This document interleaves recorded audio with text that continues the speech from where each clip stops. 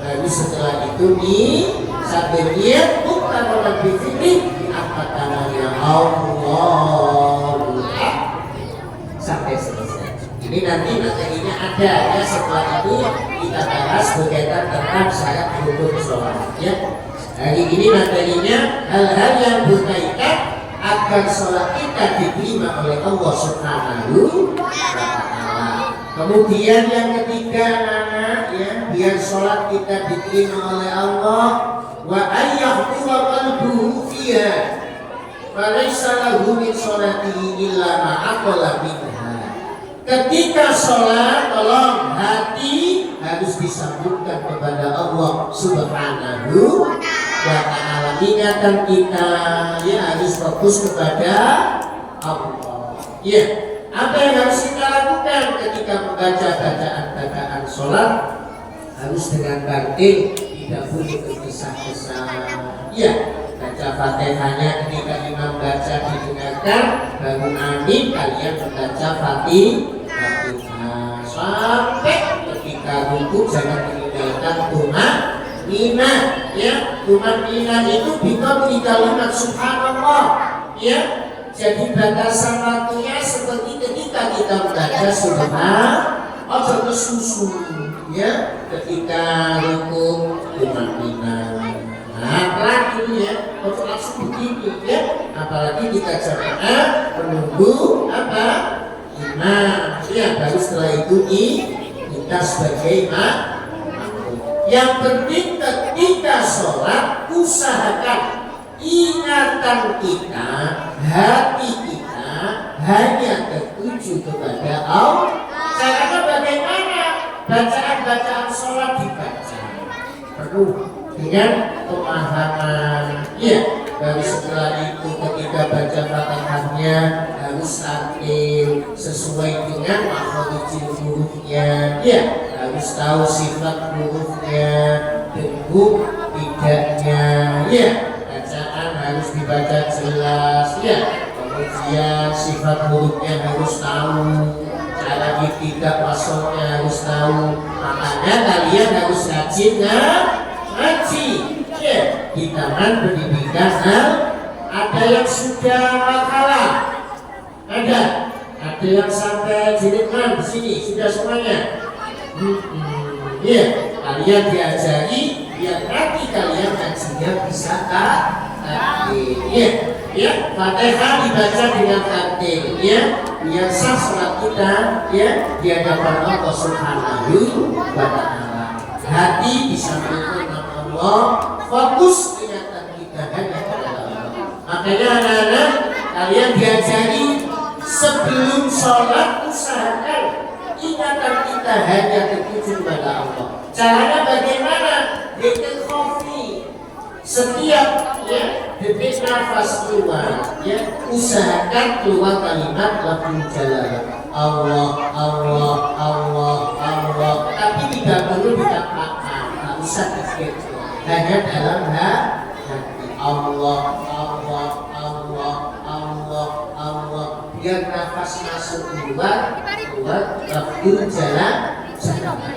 Ini kalau sudah terbiasa di luar sholat, hati kita ingat kepada Allah, insya Allah ketika sholat ingatan kita, hati kita hanya bisa tertuju hanya kepada Allah Subhanahu wa Ta'ala, karena kita sudah latihan mengingat Allah di luar sholat. Makanya tolong usahakan ketika sholat fokus ingatan kita.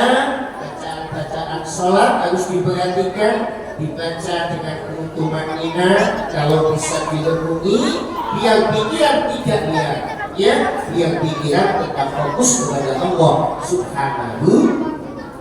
Falaysa lahu min sholatihi lama aqalla minha. Dan sholat seseorang tiada berpahala kecuali selama dia ingat hanya kepada Allah. Apa yang dinilai ketika sholat, yang ingatan itu. Kamu ingat ketika sholat apa? Maka nilai sholatnya yang ketika ingat. Makanya ingat dalam sholat ini sebuah keharusan. Imam Ghazali menyinggung tujuan sholat hati sholat didikri dirikanlah sholat tujuannya mengingat kepada. Bagaimana bisa dinamakan sholat ketika sholat pikirannya berkaitan kepada Allah? Makanya dilatih di luar sholat, dilatih hati senantiasa ingat kepada Allah Subhanahu wa Ta'ala. Ya, kita merasa diawasi Allah. Ya, kita merasa dalam penapasan Allah. Hati-hati dengan ucapan ojo suka misu. Ya, adakah teman kita yang suka misu? Ojo dibiasakan akhlak-akhlak yang tercela dihilangkan. Ya, ya, kemudian suka apa? Temannya ada enggak? Suka bully temannya, enggak bully. Ya, suka mencela, enggak bully. Akhlak-akhlak yang tercela dihilangkan. Ya, kenapa? Biar kalian betul-betul nanti membiasakan dengan akhlak yang baik sehingga nanti kalian punya karakter yang baik. Makanya anak-anak, jika sholat dijalankan sesuai dengan tuntunan Rasulullah Sallallahu Alaihi Wasallam, maka akan membuahkan hati faksa wal munkar. Jaminan pasti jadi anak yang baik. Makanya ingin jadi anak yang baik, jaga sholatnya, ya, jangan sampai tidak mengerjakan sholat. Kenapa? Karena as-sholatu imamun di hadis tentang sholat ada makalah as-sholatu imam.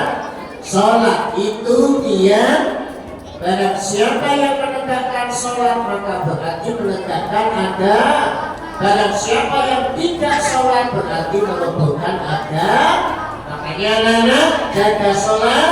Jika sholat sesuai dengan tuntunan Rasulullah, ya, lewat nasihat, ya, lewat kutubus salaf, ya, sholat lewat tuntunan para ulama salaf sudah diajari syarat hukumnya sholat, syarat apa aja ya, hal-hal yang membatalkan sholat.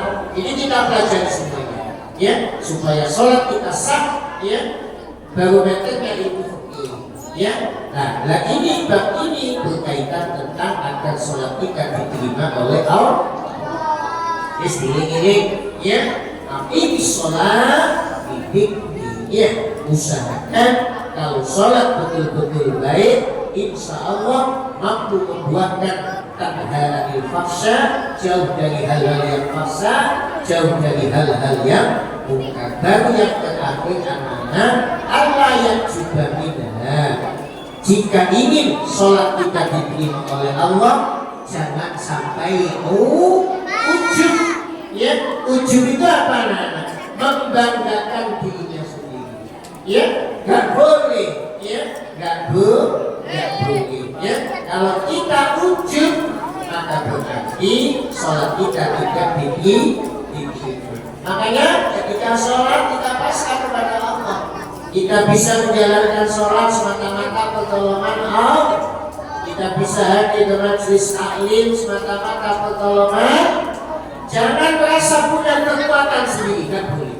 Semuanya, ya, apa yang kita miliki, ya, semangat kita hadir ke majelis taklim, bisa menjalankan sholat, itu semata-mata pertolongan dari Allah Subhanahu yang bisa menghilangkan sifat kecil kita masing-masing. Bagaimana kalau ini nggak boleh, ya, nggak boleh nggak boleh ujub, ya, karena itu sifat yang tercela yang harus kita jauhi. Makanya anak-anak, ya, usahakan tempat-tempatnya ini menjadi syarat agar sholat kita diterima oleh Allah Subhanahu wa Ta'ala. Ya, jadi tolong diperhatikan, ya. Jika kita menjalankan puasa, ya, kita sudah diajarkan, ya, ilmunya tentang berkaitan tentang puasa.